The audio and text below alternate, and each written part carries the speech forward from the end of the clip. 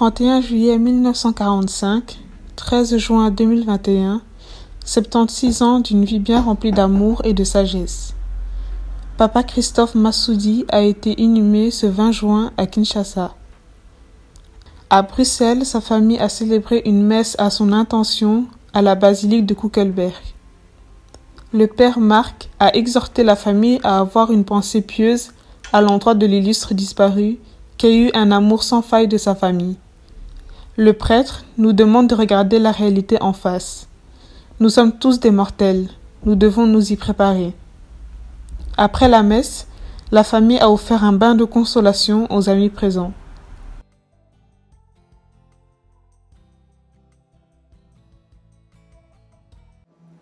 Lecture de la deuxième lettre de Saint Paul apôtre aux Corinthiens.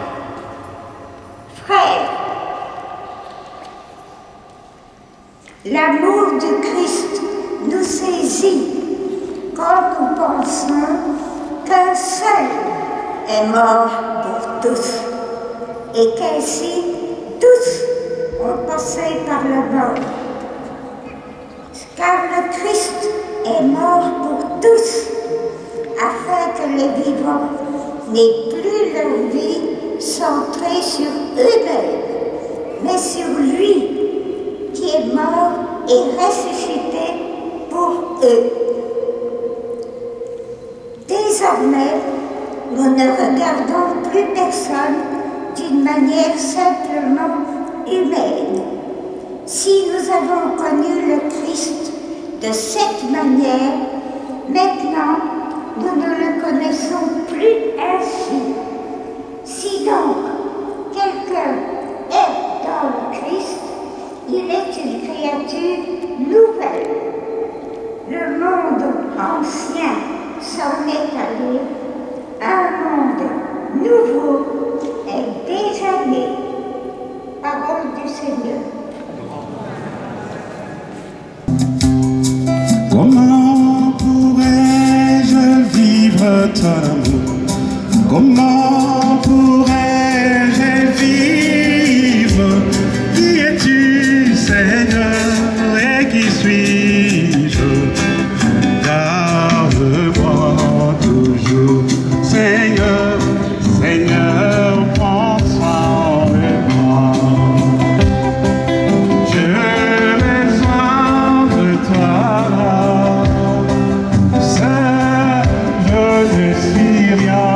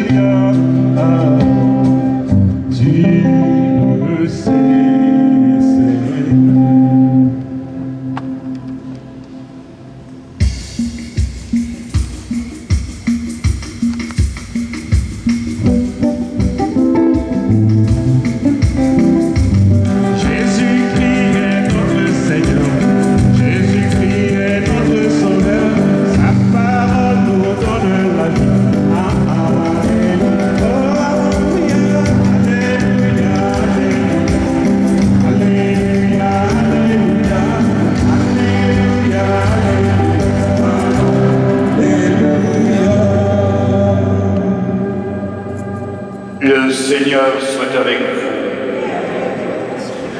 Bonne nouvelle de Jésus-Christ, selon saint Marc.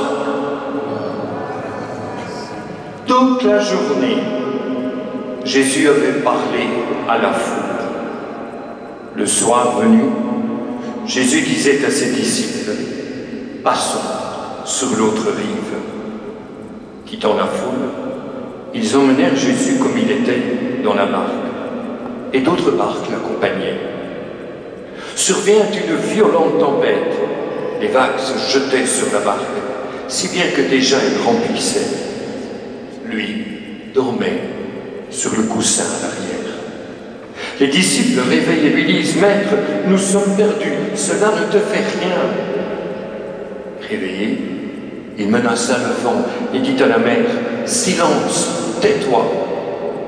Le vent tomba, il se fit un grand calme. « Pourquoi êtes-vous si craintifs? N'avez-vous pas encore la foi ?» Saisi d'une grande crainte, ils se disaient entre eux, « Qui est-il donc celui-ci, pour que même le vent et la mer lui obéissent ?» Acclamons la parole de Dieu.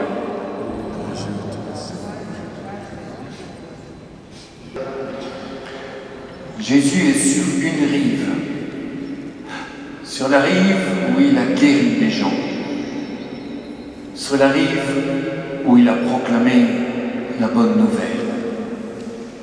C'est la rive du côté d'Israël, de la Galilée, carrefour des nations. De l'autre côté de la rive, c'est le territoire païen. Et là-bas, quand il va accoster, il va rencontrer un homme qui se fait mal avec des pierres, qui se tue à petit feu, qui vit dans les cimetières, qui est nu. Et quand Jésus lui pose la question « Comment t'appelles-tu » il dira « Je suis Légion ». Il ne sait plus comment il s'appelle, il ne sait plus rien. Et il va demander à Jésus de partir. Il y a des hommes et des femmes qui vivent dans la douleur et qui ne savent pas très bien où aller. Et ils attendent la barque de l'Église qui vienne à eux. Mais cette barque, elle est secouée. Et Jésus est dans la barque. C'est ça qu'il ne faut pas l'oublier. C'est à la fois l'Église et c'est la vie de chacun d'entre nous. C'est la vie de Papa Christophe, mais c'est la vie de chacun d'entre nous, cette barque. Et elle est secouée. Elle est secouée parce que nous sommes tous des mortels. Et nous ne savons pas très bien quoi faire. Quand quelqu'un meurt, surtout quand c'est un papa, quand c'est quelqu'un qu'on a aimé, qui nous a aimés, même avec qui on a peut-être eu des difficultés, la barque est secouée. Est-ce que ma vie a du sens? À quoi sert la vie? À quoi bon? Et vous savez, les empereurs romains n'avaient pas d'autre solution parce qu'ils ne parvenaient pas à donner du sens au sujet de leur empire. Et pour ne pas montrer qu'ils étaient pauvres aussi et de pauvres mortels, ils avaient trouvé un truc pour que l'homme oublie qu'il est mortel et qu'il ne vive pas dans l'angoisse de la mort. Ils avaient dit, donnez-leur du pain et des jeux. Donnez-leur du pain et des jeux. Aujourd'hui, le monde ne sait pas regarder en face la mort. Nous ne savons pas regarder la mort en face parce que ça secoue notre barque. Quel est le sens de ma vie? À quoi sert de vivre si ça se termine par la mort? Nous sommes bousculés, abattus. Et on se dit à quoi bon? Et nous avons une tendance d'échapper à cette réalité-là. Nous n'aimons pas savoir que nous sommes des mortels. Et tout le monde se vit comme s'il n'allait pas mourir. Dans le temps de Covid, on nous a fait croire que la mort s'éloignait. Et on s'est dit, tant mieux. Mais le gouvernement nous a tous menti. à tout le monde. Nous allons mourir à 100%. Même eux, même le Premier ministre va mourir. Tout le monde. Ça secoue une barque. Et puis, la barque est secouée aussi parce que la mort peut nous arriver partout. Nous avons vu, hélas, et c'est un drame pour ces familles qui ont perdu quelqu'un dans cette terrible tragédie à Anvers ou au Congo. Ceux qui sont morts avec cette éruption volcanique, la mort, elle est là. Et elle est là, et la barque est secouée. Et apparemment, Dieu dort. Que fait-il? Dieu dort. Qu'est-ce qui se passe? Ce monde qu'il avait créé était un monde où tout était harmonie. Mais nous vivons dans un monde chaotique, cassé, où la mort fait son effet. Mais il n'était pas ainsi dans le plan de Dieu. Dieu ne nous a pas créés mortels. Dieu nous a créés vivants. Et on ne comprend pas. Comment ça se fait qu'il y a du chaos dans cette terre? Comment se fait-il?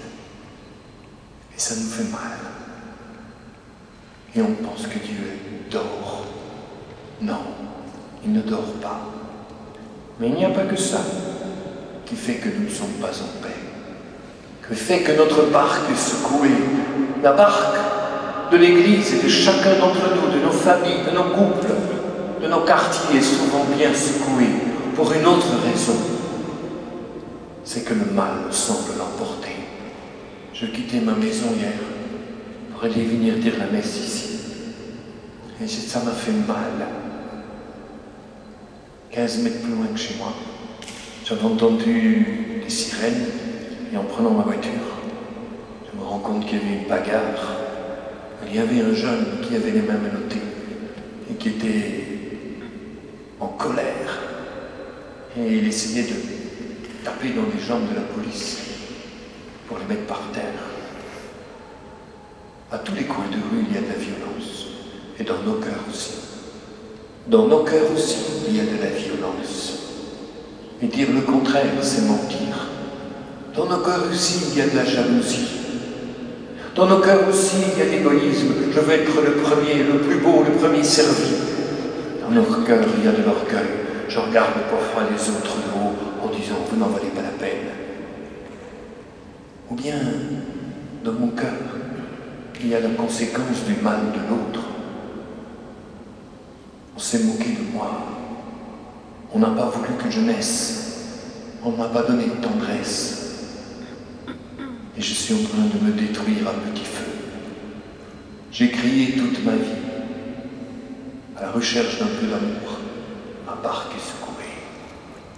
Après la mort sur la croix. Et c'est ça la tempête. Jésus vient dans nos tempêtes.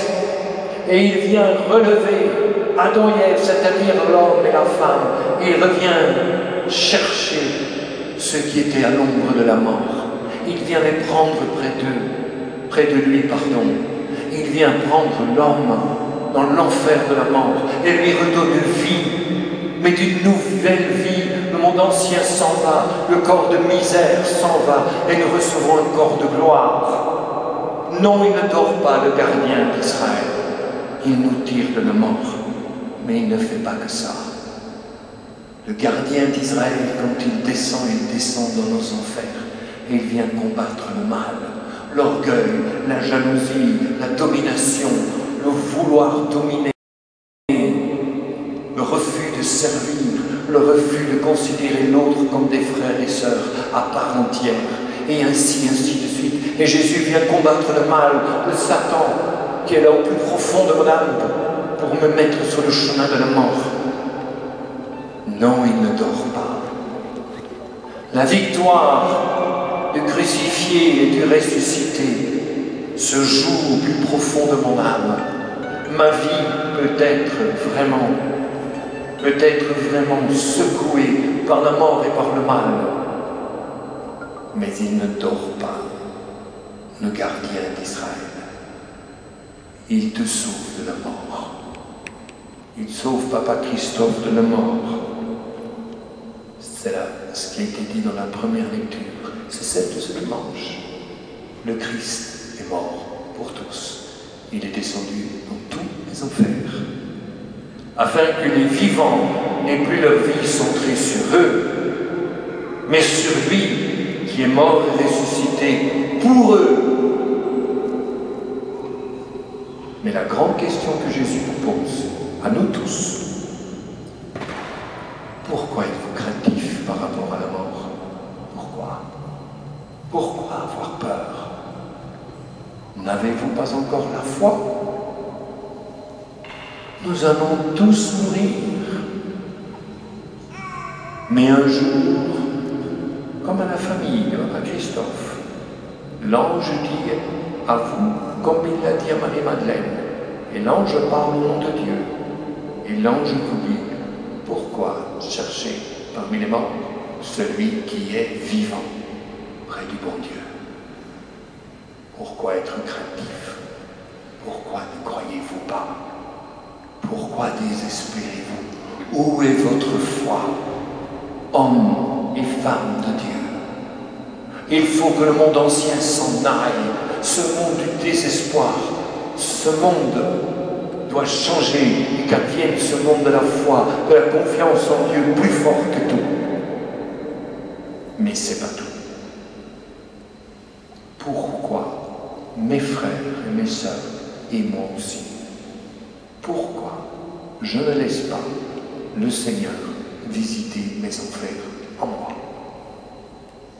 Pourquoi tu laisses toutes ces blessures devenir purulentes dans ton cœur, dans ton corps et dans ton âme? Pourquoi tu ne te laisses pas rencontrer par l'amour sur la rive où tu dois aller? Il y a des cœurs brisés et broyés. Mais je voudrais, dit le Seigneur, que tu saches que je ne dors pas, mais que tu m'appelles, réveille ta foi, et tu verras la puissance du ressuscité à l'œuvre dans ta vie. Mais laisse-toi rencontrer par le Christ, et que ta barque trouve la paix, que ton âme trouve la paix, que tu puisses apprendre à aimer, à guérir de toutes les blessures que tu as reçues de tous ceux qui ne t'ont pas aimé, ou peut-être détesté, ou fait du mal, ou ont violé ta vie. Laisse-moi te guérir, dit Jésus, et descends dans tes enfers pour te relever de cela. Et du mal que tu as fait toi aussi. Laisse-moi visiter cet enfer au lieu que tu te culpabilises pendant 20, 30, 40 ans sans jamais te pardonner. Laisse-moi visiter tes enfers avec ma miséricorde. Non, il ne dort pas le gardien d'Israël. Mais nous devons le réveiller. C'est-à-dire, nous devons accepter qu'il vienne, qu'il est là dans ma vie. Dieu est là. Il m'a sauvé. Mais pour que ce salut entre dans ma vie et soit efficace dans ma vie, si je peux parler comme cela, il faut que je lui dise, Seigneur, viens chez moi. Avec la puissance de la résurrection, viens mettre la paix dans cette barque. Viens, Seigneur Jésus, viens. Mais est-ce que nous avons la foi, oui ou non?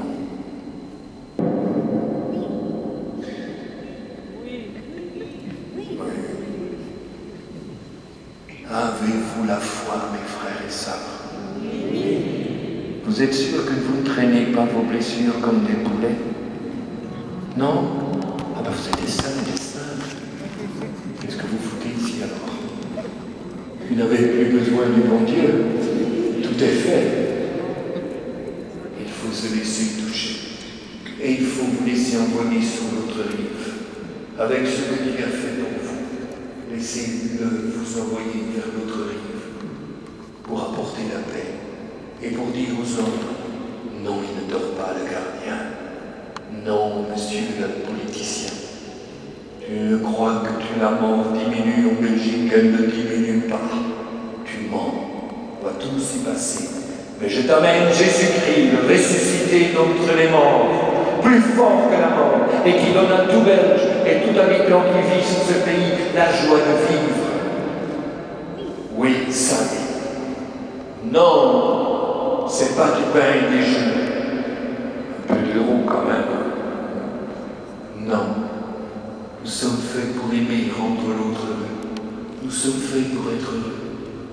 Mais il faut laisser le gardien d'Israël me guérir chaque jour pour que je puisse aller sur l'autre rive et dire le seul chemin de la vie, c'est le chemin de l'amour. Amen.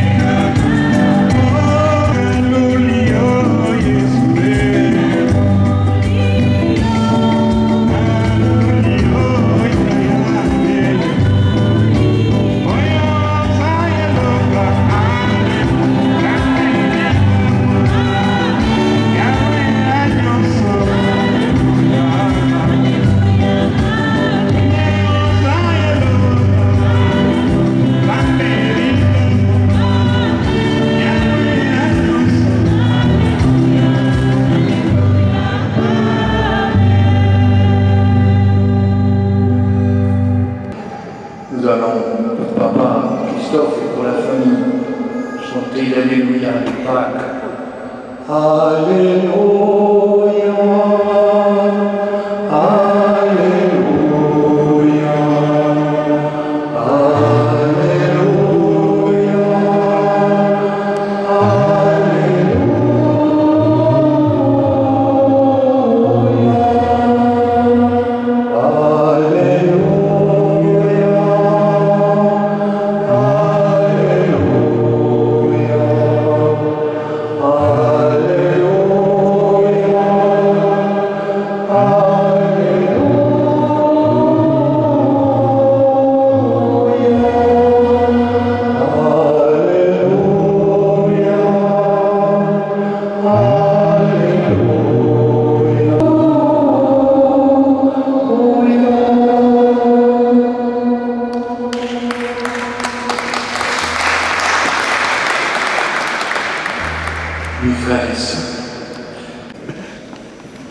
Merci Père Bon pour la parole.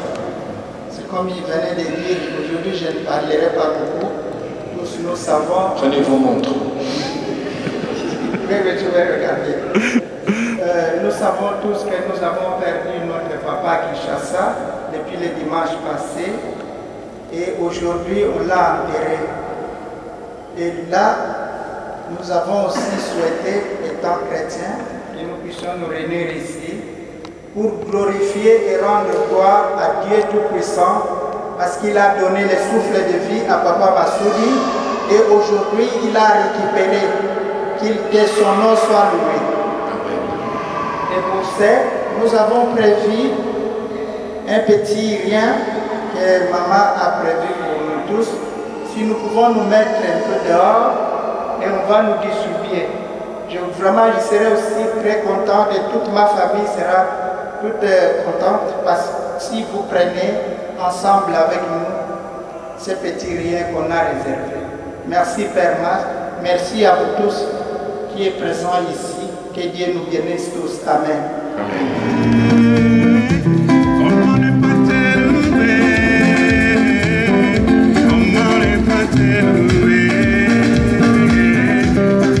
Seigneur Jésus, comment ne pas te louer? Comment ne pas te louer? Comment ne pas te louer? Comment ne